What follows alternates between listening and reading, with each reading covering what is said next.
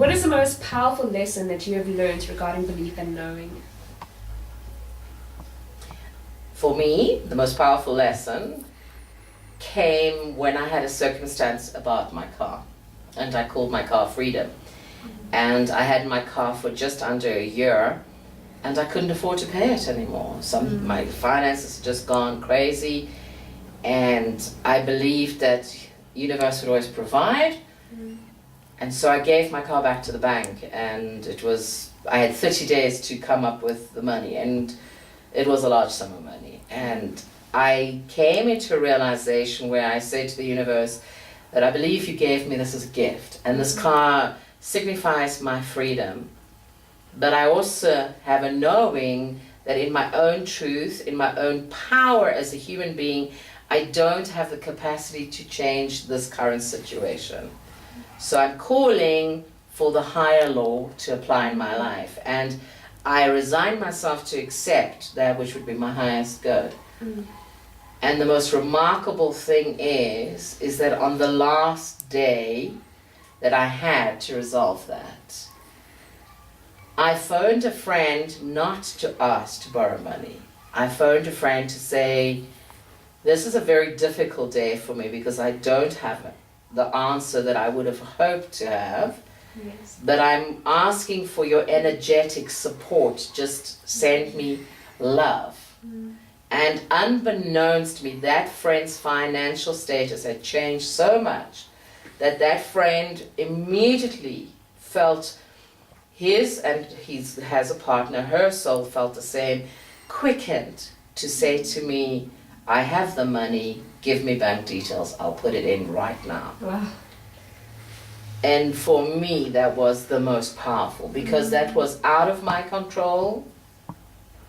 I had fully resigned myself to accept whatever the universe had set for me, and I knew that I was taken care of regardless.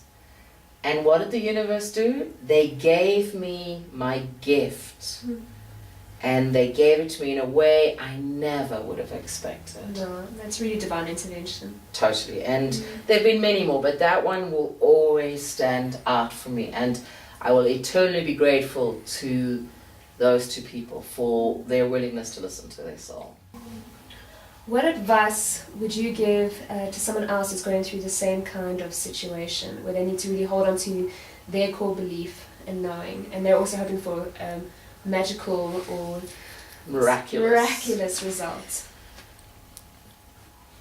One cannot look at another person's life and say, well, that person had that happen, so it can happen to me exactly that same way.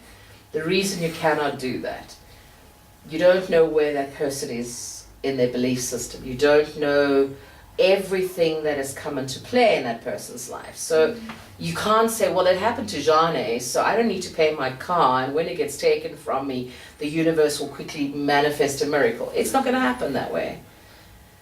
You've got to look at how much that core belief is in line with your soul's purpose and your fulfillment in your life of your path. When you have that clarified, then you ask yourself, what do I need to learn from this? Would it enable my life to learn this lesson? Is there a pattern that I've been adopting that has placed me in this position time and time again?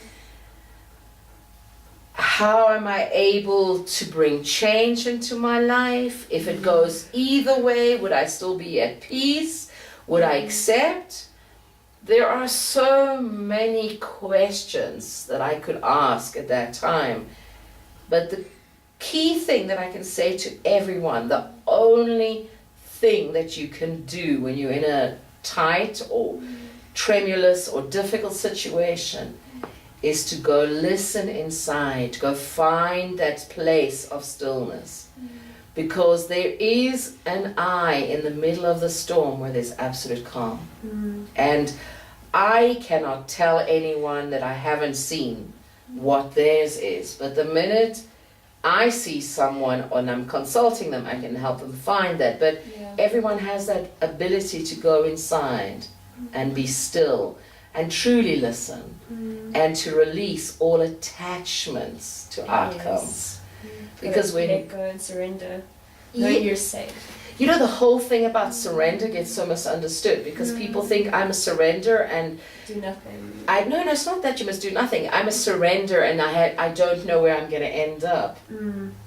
When you surrender into source or into God, you're surrendering into a higher power that has your best interest at heart. So you're assured that it's always going to work out to the good. So it's easy to surrender into that, but just to surrender to your lot, no, then you're victimized. yeah.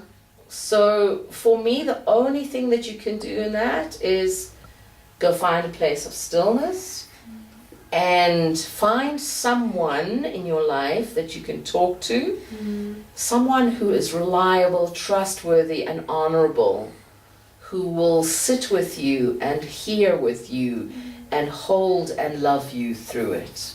You are not an island and you're not meant to go through things alone. So you need to find people that can be there with you and hear when you can't hear.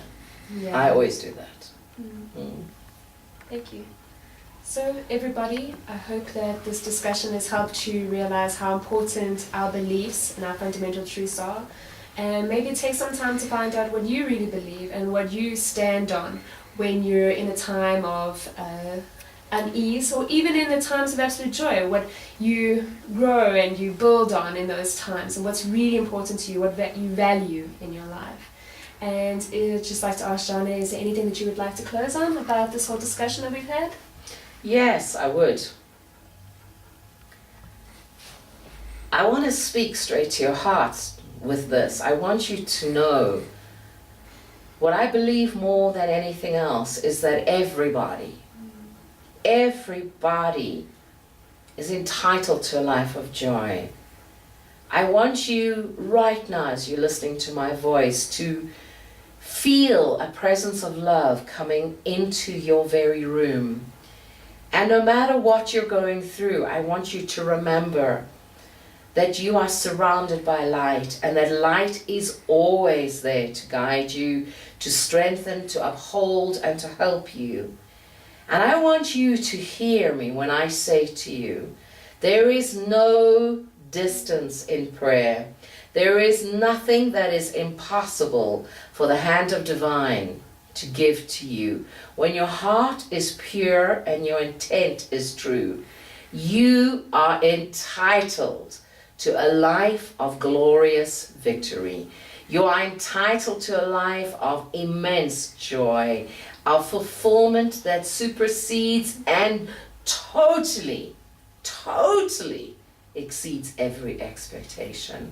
So from my heart to your heart, I give you light, I share my love with you, and I encourage you to find your beliefs.